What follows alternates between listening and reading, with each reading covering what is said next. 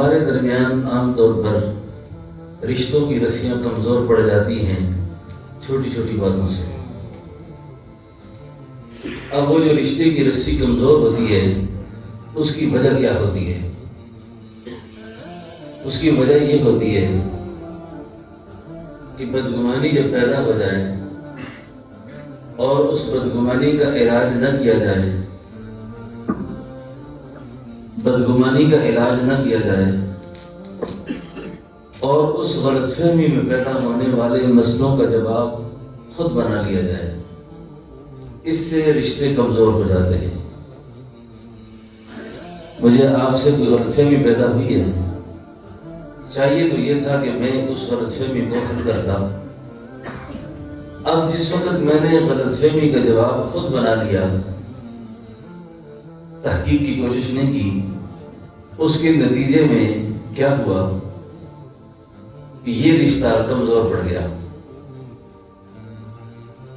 اسی مدرسہ سے پڑھی ہوئی ایک بچی، اور جو چاہتا ہوں میں آپ کی، اسی مدرسے میں ایک بچی، بہت لائق فائق دیندار بچی، اس کو طلاق ہو گئی۔ جب اس کو طلاق ہوئی تو طلاق سے پہلے، یعنی طلاق دینے کے بعد، وہ لڑکا میرے پاس آیا۔ اس نے کہا میں بہت پریشان ہوں، میں نے اپنی بیوی کو طلاق کے یہ الفاظ کہہ دیے ہیں، اب میرے علم میں نہیں ہے کہ یہ وہ بچی ہے جو مجھے جانتی ہے، اس گھر کا میرے ساتھ بھی تعلق ہے۔ چند دن بعد اس بچی کا مجھے خط آیا۔ اس خط میں اس نے لکھا کہ میں بہت زیادہ پریشان ہوں کہ مجھے طلاق ہو گئی ہے اور میں فلاں بنت فلاں ہوں۔ اب طلاق کی جو وجہ بنی وہ کیا ہے؟ طلاق کی وجہ یہ بنی، یہ جو اس کا شوہر ہے یہ چلا جاتا ہے نوکری پر، اب وہاں سے اپنی بیوی کو فون کرتا ہے، تو اس بیوی کا فون نمبر مصروف ہے۔ اب اس کی ساس اور نندے، یہ جب تربیت نہ ہو نا، گھر کے اندر بڑے خطرناک رشتے ثابت ہو جاتے ہیں۔ جب اصلاح نہ ہو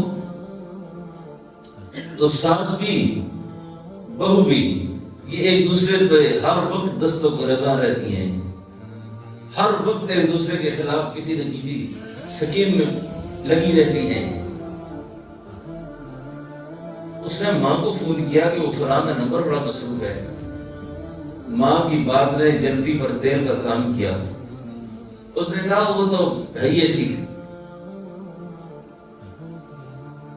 بہن نے اور تیز کر دیا کام۔ اس نے کہا آپ جب سے نہیں ہوتے یہ تو ہمارا جگر ہے کہ ہم اس کو برداشت کرتے ہیں، تو ہے ہی ایسی۔ حضرت آپ یقین کریں، ماں کی اس بات نے اس نوجوان کو طلاق کے ایسے الفاظ جو اللہ کے عرش کو ہلا دیتے ہیں ان پہ مجبور کر دیا، اور اس نے اپنی بیوی کو بیک زبان 3 طلاق کہہ کر رخصت کر دیا۔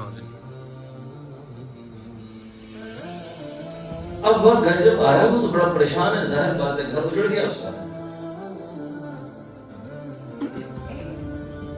مجھ سے کہا، میں نے کہا یہ تو ایسا وقت ہے کہ آپ موبائل سے ڈیٹا نکالو، کس سے وہ گپے لگاتی ہے، کس سے باتیں کرتی ہے، وہ آپ کو کچھ معلوم ہو جائے گا، آپ کیوں اتنے پریشان ہو؟ اس نے کہا تو طلاق ہو چکی ہے۔ آپ یقین کریں جب موبائل کا ڈیٹا نکالا نا تو ایک بچی جب کسی دوسرے گھر میں بیاہ کے جاتی ہے اور اس گھر کا ماحول اس کے لیے ناآشنا ماحول ہوتا ہے، ناواقف ماحول ہوتا ہے، تو وہ اپنی ماں کو فون کر کے پوچھتی ہے امی کڑی کیسے بنانی ہے، پلاؤ کیسے بنانا ہے، بھابھی سے پوچھتی ہے حلیم کیسے بنانی ہے۔ یہ ساری ریکارڈنگ میں نے سنی۔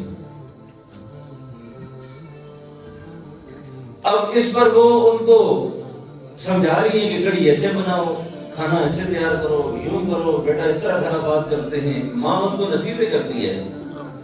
اب اس بدبخت عورت نے یہ کہہ کے اس کا گھر تباہ کر کے رکھ دیا کہ اس کے تو پتہ نہیں کن سے تعلقات ہیں.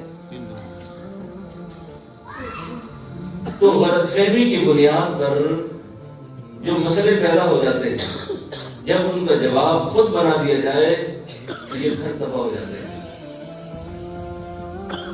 میں ان فاضلات سے بھی کہوں گا جو بچیاں یہاں سے فاضل ہو کے جا رہی ہیں اور ان کے محترم والدین سے بھی کہوں گا کہ پوری کوشش اس بات کی کریں باقی مقدر قسمت اللہ کے حوالے، کیا نصیب کہاں دے جاتا ہے اس پر آدمی بہت بے ہوتا ہے. مقدر کی سختیاں انسان کے ساتھ کیا کیا پیش آئیں گی اور کیسے کیسے پیش آئیں گی یہ بڑا غلط مضمون ہے پورا.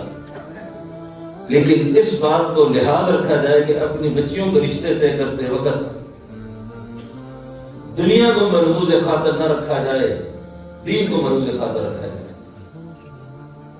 دین کو سامنے رکھا جائے.